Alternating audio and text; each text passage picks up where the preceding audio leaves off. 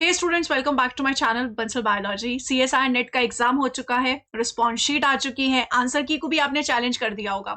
अब जो next step होता है वो होता है रिजल्ट का। अब सब स्टूडेंट्स में खलबली मची है कि मैम हमारे इतने मार्क्स बन रहे हैं, क्या हमारा सिलेक्शन होगा या नहीं होगा, इतने मार्क्स बन रहे हैं, सिलेक्शन होगा या नहीं होगा, दिसंबर की तैयारी शुरू कर दें या सिलेक्शन के लिए वेट करें, रिजल्ट के लिए वेट करें। तो इन्हीं सब चीजों पर हम बात करने वाले हैं कि किस तरीके का पेपर था इस बार और क्या कट ऑफ यहाँ पर इस बार रहने वाली है।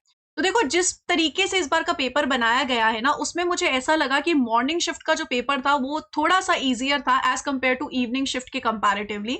मॉर्निंग शिफ्ट का paper I felt was a little easier as compare to evening shift, first of all thing. इसके अलावा जो इस बार का पेपर था उसमें section B, yes section B was on easier side. Section B जो था वो इजियर साइड पे था, इजी था वो।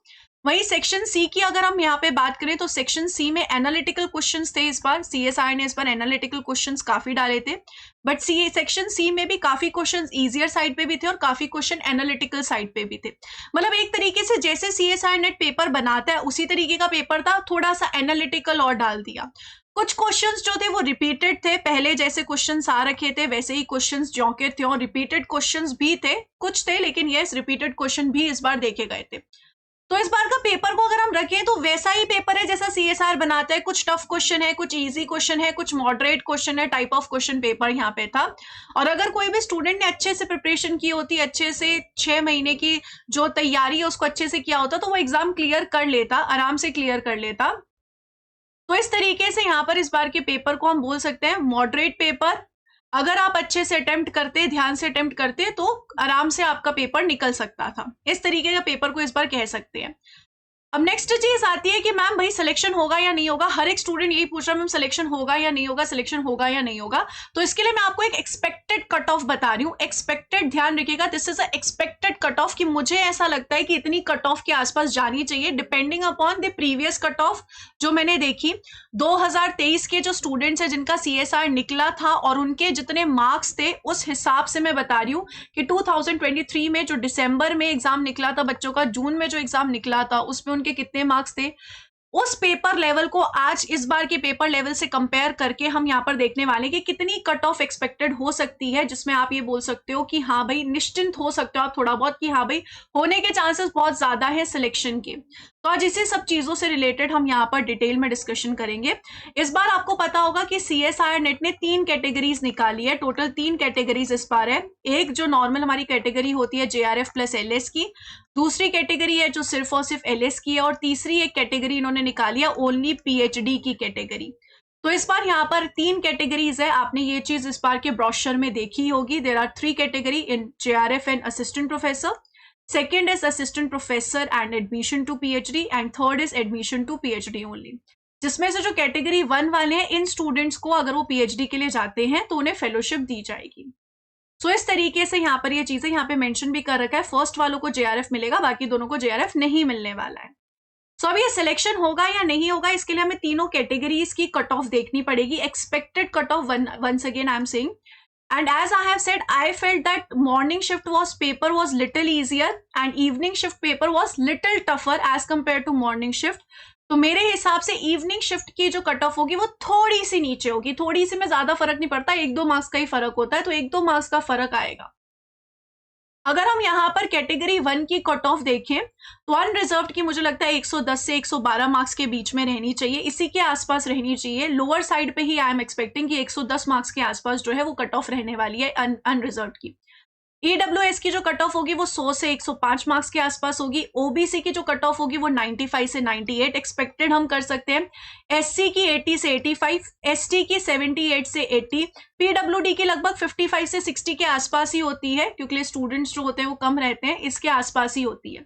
तो ये जो लोअर साइड की तरफ यहाँ पर मार्क्स हैं उसी में ही एक्सपेक्ट मैं कर रही हूँ कि उसी के आसपास कट ऑफ रहेगी। और यहाँ पर आप इवनिंग शिफ्ट में चाहें तो 1-1.5 मार्क्स कम कर सकते हैं, बाकी इस हिसाब से ये कट ऑफ जो है हम एक्सपेक्ट कर सकते हैं, इसके आसपास ही कट ऑफ जो है वो रहनी चाहिए। अब अगर आपके इसके बहुत ज्यादा मार्क्स है, अगर आपके इससे काफी ज्यादा 115, 116, 117, 117, 18, 19, तो इसमें तो आप फिर निश्चिंत रहिए कि मैक्सिमम चांसेस है कि आपका हो ही जाएगा क्रैक।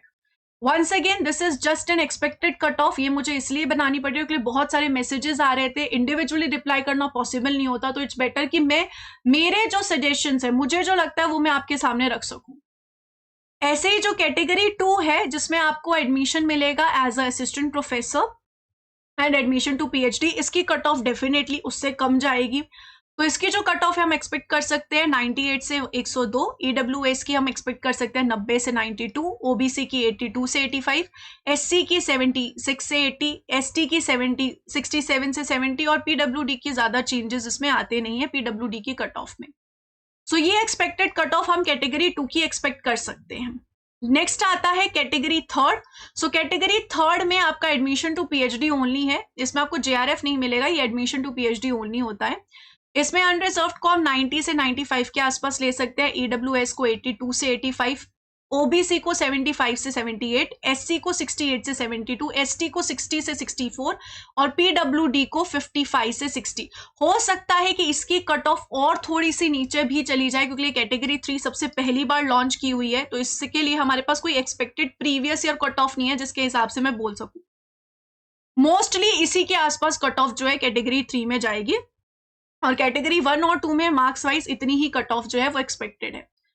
सो इस तरीके से अगर आपके मार्क्स इन कट ऑफ से बहुत ज्यादा नीचे जा रहे हैं तो उस कंडीशन में आप दिसंबर के लिए तैयारी शुरू कर सकते हैं।